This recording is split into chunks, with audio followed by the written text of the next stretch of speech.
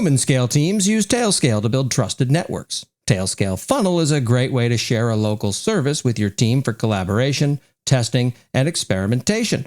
Funnel securely exposes your dev environment at a stable URL, complete with auto-provisioned TLS certificates. Use it from the command line or the new VS Code extensions. In a few keystrokes, you can securely expose a local port to the internet right from the IDE.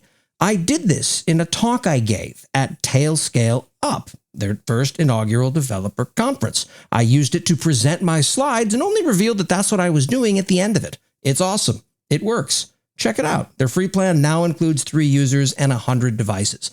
Try it out at snark.cloud/tailscalepodcast. Hello and welcome to Last Week in AWS. I'm cloud economist Corey Quinn. Let's figure out what happened last week. It was a remarkably light week last week because of Amazon Prime Day. And that means that, to my understanding, releases get paused internally. So no matter what you may think about the deploying on Fridays zeitgeist, Amazon very clearly does not want to mess around with the risk of a change breaking a $12 billion sales event. I managed to keep busy anyway by bullying ChatGPT into ranking the US presidents by absorbency. I stand by that. Only 4 things that AWS put out that I found noteworthy. AWS Code Build now supports GitHub Actions. And the documentation here is unclear, but what I think is happening is that you can now run the giant pile of actions that folks publish over on GitHub inside of your code build jobs. If so, this is frankly genius. It really expands the scope of possibilities that Code Build has. A reminder that Code Build is in fact my favorite service to run large jobs on a scheduled basis because it's still arguably AWS's best serverless container offering.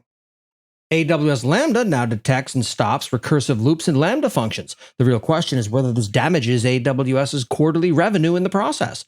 I remember the days when things were slow enough that runaway Lambda invokes itself patterns threatened to destabilize some services in US East 1, but only cost dozens of dollars in Lambda charges.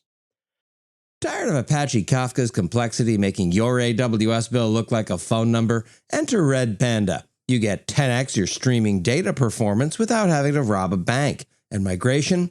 Smoother than a fresh jar of peanut butter.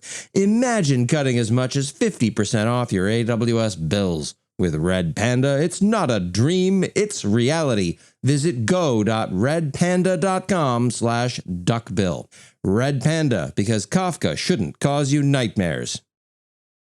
AWS Fault Injection Simulator supports chaos engineering experiments on Amazon EKS pods, but with on-prem Kubernetes, these experiments are way easier, so you can simply task someone to gleefully rip the power cables out of the backside of random servers in the rack. And AWS announces inaugural state and local government champions.